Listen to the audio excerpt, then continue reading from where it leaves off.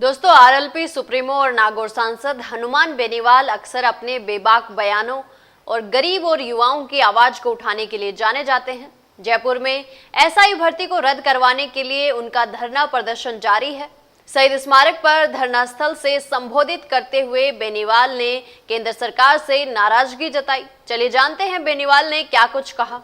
दोस्तों, राष्ट्रीय लोकतांत्रिक पार्टी के अध्यक्ष और नागौर से सांसद हनुमान बेनीवाल एक बार फिर सुर्खियों में हैं। अपनी बेबाकी और जनता से जुड़े मुद्दे को लेकर जयपुर के शहीद स्मारक पर पुलिस उपनिरीक्षक भर्ती को रद्द करवाने की मांग को लेकर चल रहे धरने में शामिल होकर उन्होंने न सिर्फ युवाओं की आवाज उठाई बल्कि केंद्र सरकार पर तीखी प्रक्रिया भी दी। बेनीवाल ने साफ कहा कि जिस उद्देश्य से केंद्र सरकार ने हाल ही में सर्वदलीय बैठक बुलाई है वो कोई साधारण राजनीतिक मुद्दा नहीं बल्कि एक राष्ट्रीय विषय है और ऐसे मामलों में सभी दलों को, खासकर छोटे दलों को भी लिया जाना चाहिए था।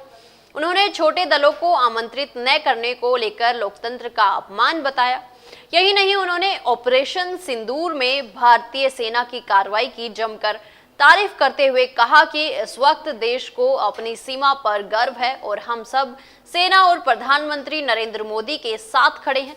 लेकिन साथ ही उन्होंने केंद्र सरकार से ये भी मांग की कि अब वक्त आ गया है कि पाकिस्तान के कब्जे वाले कश्मीर यानी पीओके को भारत में शामिल किया जाने के लिए ठोस कदम उठाए जाएं।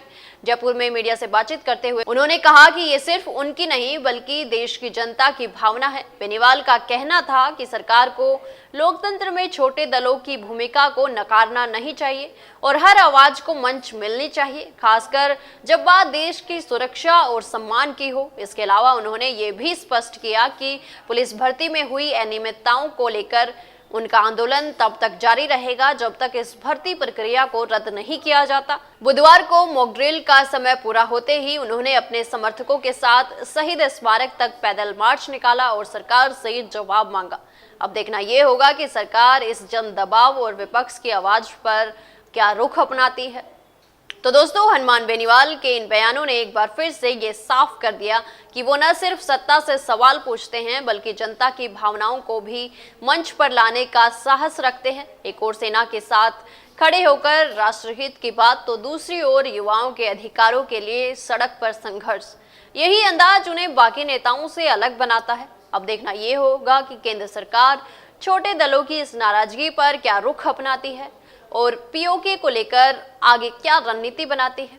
आपकी इस पूरे मुद्दे पर क्या राय है? क्या सर्वदलीय बैठकों में हर राजनीतिक दल को शामिल किया जाना चाहिए और क्या पीओके पर निर्णायक कदम उठाने का समय आ गया है? ऐसे ही और वीडियोस देखने के लिए सब्सक्राइब करें मॉर्निंग न्यूज इंडिया को और जुड़े रहिए हमारे साथ।